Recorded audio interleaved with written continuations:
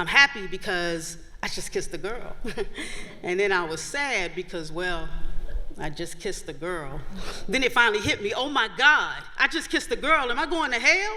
Like, that's all I could think about, that and what happens next. All right.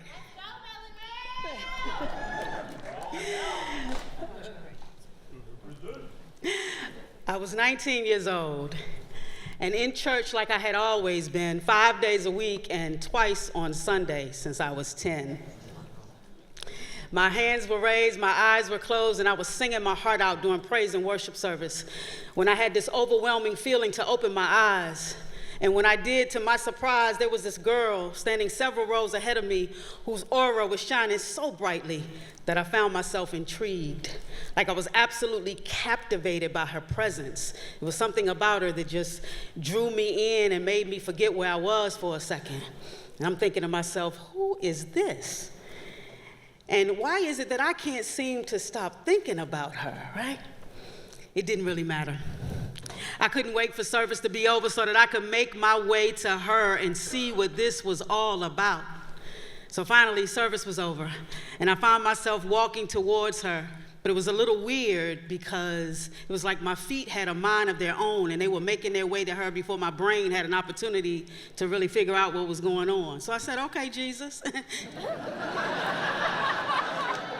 take the wheel. So I got there, and I'm standing beside her, y'all. My mouth was hanging wide open because I was mesmerized. And I introduced myself, and that was all she wrote.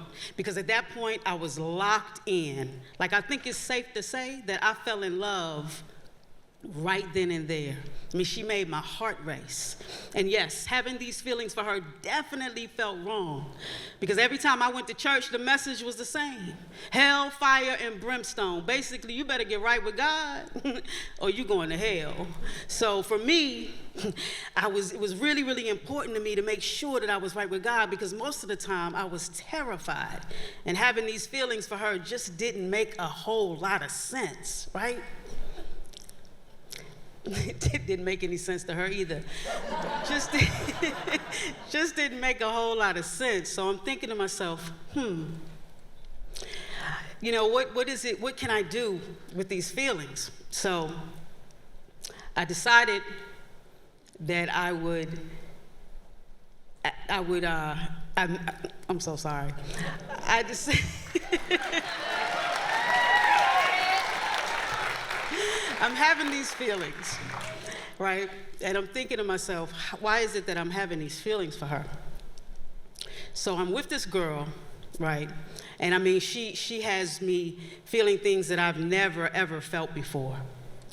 I mean, we were inseparable. We became immediate friends. We had an intoxicating connection, and we ended up doing everything together, right? We prayed together, we grew together, we loved God together. We were inseparable. Eventually, we started talking about our feelings for one another, recognizing that it was far more than just your average friendship, right? But we dared not act upon it because we knew that the church would frown upon it, right? Plus, did I tell y'all that I had a boyfriend? Right. Well, I had a boyfriend, but he was away at boot camp during most of that time, so I mean, you know.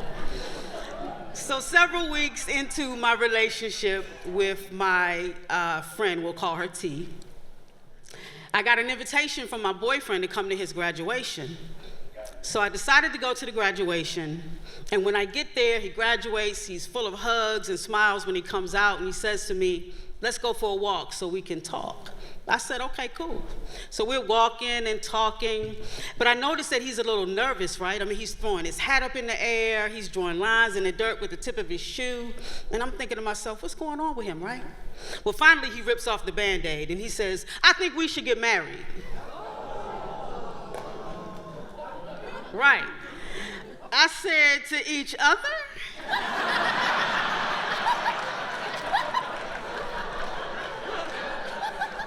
He said, yes. I said, but we're only 19. He was like, I know, but as a military man, you know, they encourage us to get married, settle down, have a family. I said, okay. I said, but, you know, you just graduated today. Like, I feel like you got a little time, sir, a little wiggle room, you know? He was like, nope, I know what I want, and I want you to be my wife. And I was like, oh, he's serious. Let me explain something, y'all. He was beautiful. He had green eyes and curly brown hair, so our kids would have been gorgeous, right? He had a great work ethic because he was in the military. And third, most important, he was a dude. So he was church and God approved, right? So I'm thinking to myself while he's standing there waiting, throwing his hat up in the air, waiting for an answer. I'm like, could I? Should I? I couldn't do it, y'all. I couldn't reconcile my feelings, right? I mean, I definitely had feelings for him, but they did not compare to the feelings that I had for T. So I had to say no. He was visibly hurt and disappointed, but he said it would be okay. But I'll be honest, at this point, I was just ready to get home to T. I mean, it had been a whole 24 hours since I had seen her, right? So I drive back to Maryland, and I get there. I don't even go inside to change my clothes or speak to my mom. I just head straight to T's house. And you know, we didn't have any cell phones, right? I couldn't call or text and say, hey, can I come by? It was none of that. I just drove straight there. And the whole time I'm thinking to myself, is this really what we want to do? Is this really the decision we're making? Yep, I pulled into the parking space, and I sat there for a few minutes because I was nervous as hell. And then I finally hurled myself out the car. And I walked towards her house in my little white sweater dress and blue pumps, and I'm thinking to myself the whole time, girl, what you gonna do if her roommate answers the door? You know, like what you gonna do if she answers the door? You're really not prepared for this. But at this point, it didn't matter. I was there, so I knocked. She answered the door so quickly, y'all, that you would have thought that this thing was scripted, like she was waiting on me or something, right? So I slid in through the door. It was dark. I couldn't really see anything, so I had to wait and let my eyes adjust. But finally, there we were, face to face, close enough to hear each other's heart race. And I was pressed up against the back of the door, and she was right up against me. And with just a little glimmer of light coming through the blinds, we managed to catch a glimpse of each other's eyes, and our lips met, and we kissed for the first time. It was everything. Like everything you would expect the first kiss to be, right? It was a little warm, a little lingering, kind of wet. But it was nice. It felt right and wrong all at the same time. Right because our feelings were so strong, and wrong because of everything that we had been taught. So I'm thinking to myself, so many different feelings are rolling through my body. I'm happy because I just kissed a girl. And then I was sad because, well, I just kissed a girl. Then it finally hit me, oh my God, I just kissed a girl. Am I going to hell? Like that's all I could think about, that and what happens next. Well, we ended up having a secretive 3.5-year relationship. We hid our love from everybody. Nobody knew. Not the pastor, not our mamas, nobody, friends, nobody knew. We were so close that our friendship was our cover. And at this point, I was in love, right? I mean, she was everything to me. It was incredible being with her, and an even deeper sadness when we were apart.